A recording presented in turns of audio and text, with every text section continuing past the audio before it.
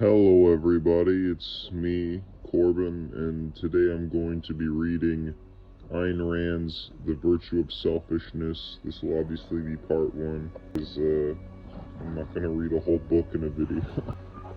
The Virtue of Selfishness. Ethics is not a mystic fantasy, nor a social convention, nor a dispensable subjective luxury. Ethics is an objective necessity of man's survival, not by the grace of the supernatural, nor of our neighbors, nor of your whims, but by the grace of reality in the nature of life. The objectivist ethics proudly advocates and upholds rational selfishness, which means the values required for man's survival, not the values produced by the desires, the feelings, the whims, or the needs of irrational brutes who have never outgrown the primordial practice of human sacrifices. Ever since their first publication, Ayn Rand's works have had a major impact on the intellectual scene. Her new morality, the ethics of rational self-interest, challenges the altruist collectivist fashions of our day. Known as objectivism, her unique philosophy is the underlying theme of her famous novels. Introduction. The title of this book may evoke the kind of question that I hear once in a while. Why do you use the word selfishness to denote virtuous qualities of character, when that word antagonizes so many people to whom it does not mean the things you mean? To those who ask it, my answer is, for the reason that makes you afraid of it. But there are others who would not ask the question, sensing the moral cowardice it implies, yet who are unable to formulate my actual reason or to identify the profound moral issue involved. It is to them that I will give a more explicit answer. It is not a mere semantic issue, nor a matter of arbitrary choice. The meaning ascribed in popular usage to the word selfishness is not merely wrong, it represents a devastating intellectual package deal, which is responsible more than any other single factor for the arrested moral development of mankind. In popular usage, the word selfishness is a synonym of evil. The image it conjures is of a murderous brute who tramples over piles of corpses to achieve his own ends, who cares for no living being and pursues nothing but the gratification of the mindless whims of any immediate moment. Yet, the exact meaning and dictionary definition of the word selfishness is concern with one's own interests. This concept does not include a moral evaluation. It does not tell us whether concern with one's own interests is good or evil, nor does it tell us what constitutes man's actual interests. It is the task of ethics to answer such questions. The ethics of altruism has created the image of the brute as its answer, in order to make men accept two inhuman tenets: that any concern with one's own interests is evil, regardless of what these interests might be, and that the brute's activities are in fact to one's own interest, which altruism enjoins man to renounce for the sake of his neighbors. For a view of the nature of altruism, its consequences, and the enormity of the moral corruption it perpetrates, I shall refer you to Atlas Shrugged, or to any of today's newspaper headlines. What concerns us here is altruism's default in the field of ethical theory. There are two moral questions which altruism lumps together into one package deal. What are values? Who should be the beneficiary of values? Altruism substitutes the second for the first. It evades the task of defining a code of moral values, thus leaving man, in fact, without moral guidance.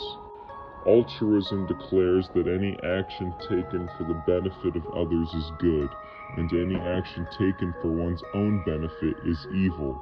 Thus, the beneficiary of an action is the only criterion of moral value, and so long as the beneficiary is anybody other than oneself, anything goes. Hence the appalling immorality, the chronic injustice, the grotesque double standards, the insoluble conflicts and contradictions that have characterized human relationships and human societies throughout history, under all the variants of the altruist ethics. Observe the indecency of what passes for moral judgment today.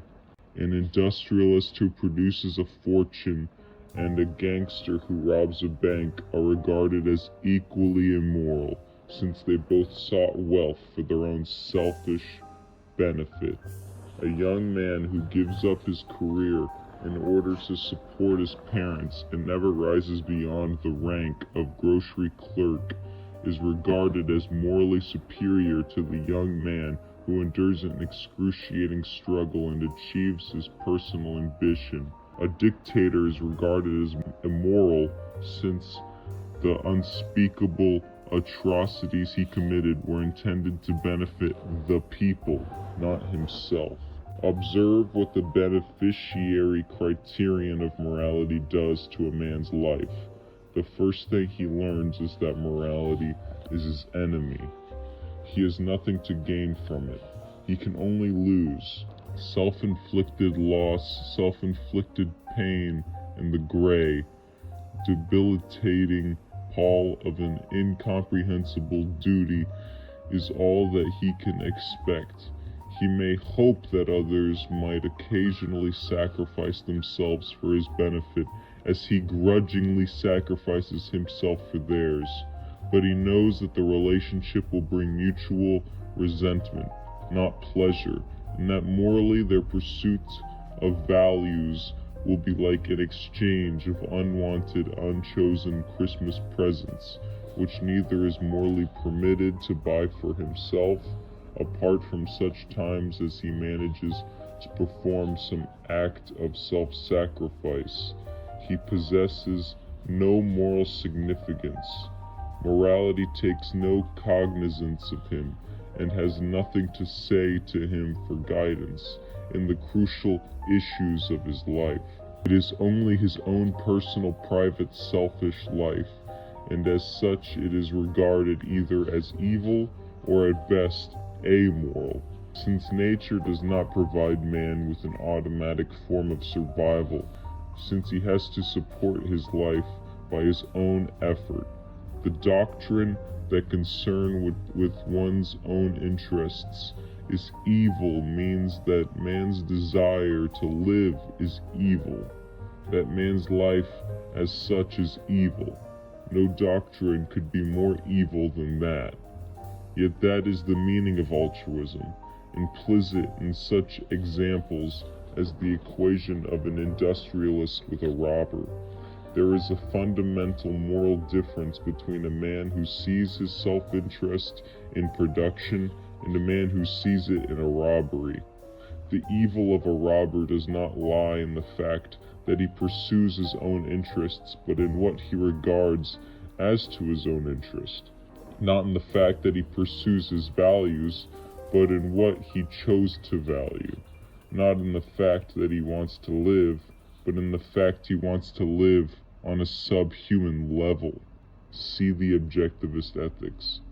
If it is true that what I mean by selfishness is not what it is meant conventionally, then this is one of the worst indictments of altruism.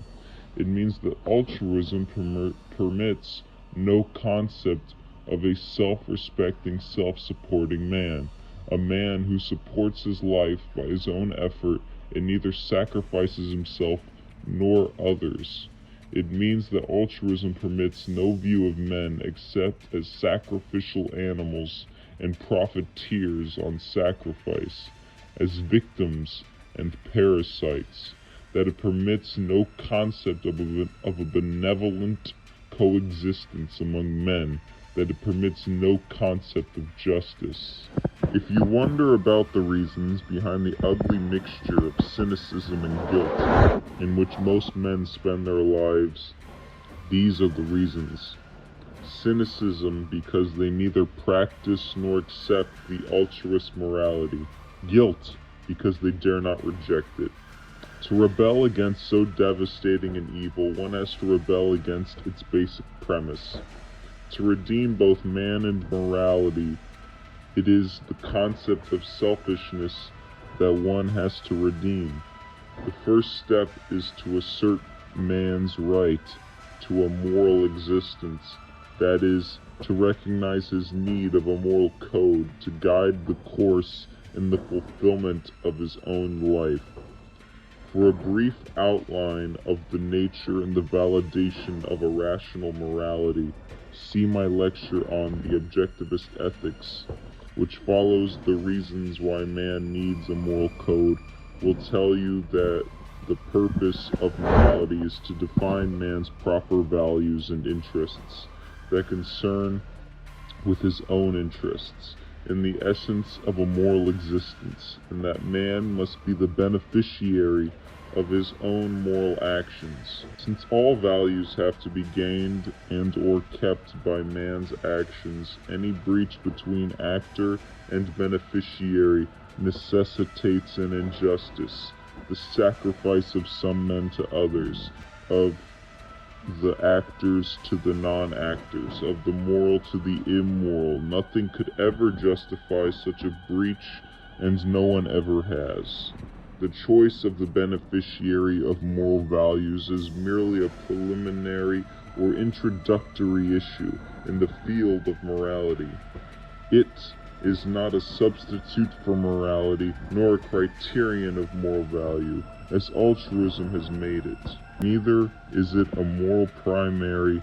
It has to be derived from and validated by the fundamental premises of a moral system. The objectivist ethics holds that the actor must always be the beneficiary of his action, and that man must act for his own rational self-interest, but his right to do so is derived from his nature as man and from the function of moral values in human life, therefore is applicable only in the context of a rational, objectively demonstrated and validated code of moral principles, which define and determine his actual self-interest.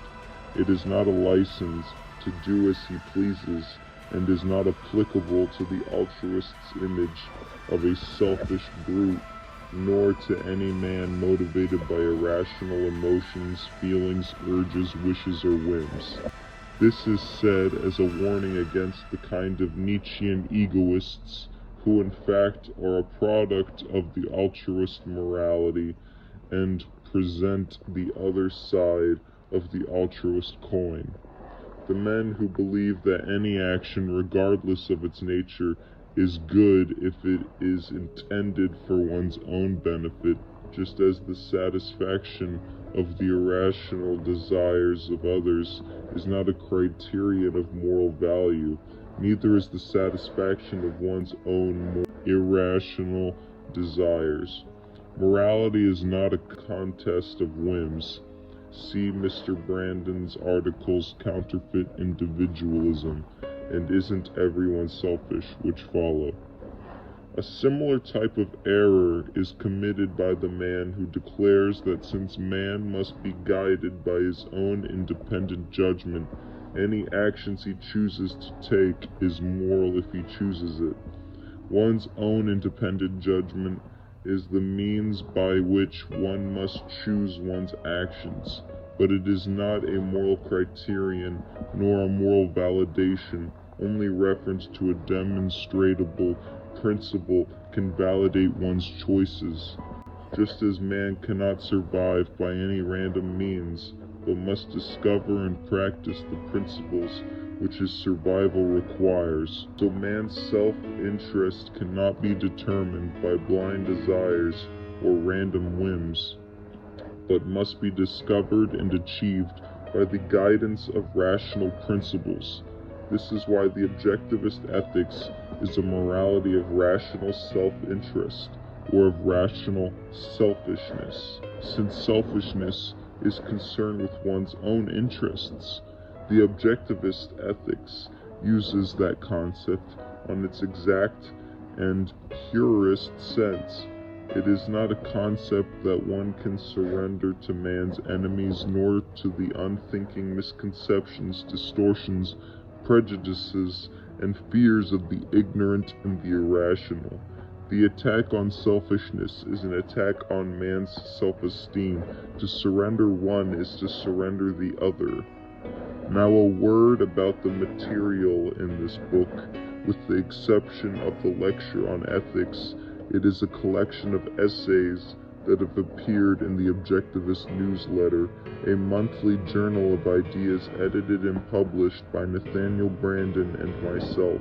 The newsletter deals with the application of the philosophy of objectivism to the issues and problems of today's culture, more specifically with that intermediary level of intellectual concern, which lies between philosophical abstractions and the journalistic concretes of day-by-day existence.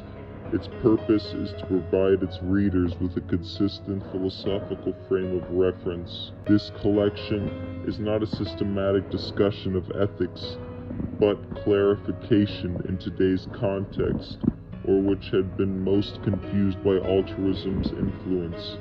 You may observe that the titles of some of the essays are in the form of a question. These come from our intellectual ammunition department. The answers, questions sent in by our readers. Ayn Rand. New York, September 1964. P.S. Nathaniel Brandon is no longer associated with me, with my philosophy, or with the Objectivist, formerly the Objectivist newsletter. Someone by the name of Rabid Waffles, who I actually know about because I did a video responding to one of their videos 2 years back, which we will explain later. They comment, Valerie Flowers is the best YouTuber. I'm his biggest fan. He really entertains me with his videos. What a guy. Hilarious and original. Hilarious and original. Hilarious and original. Hilarious and original.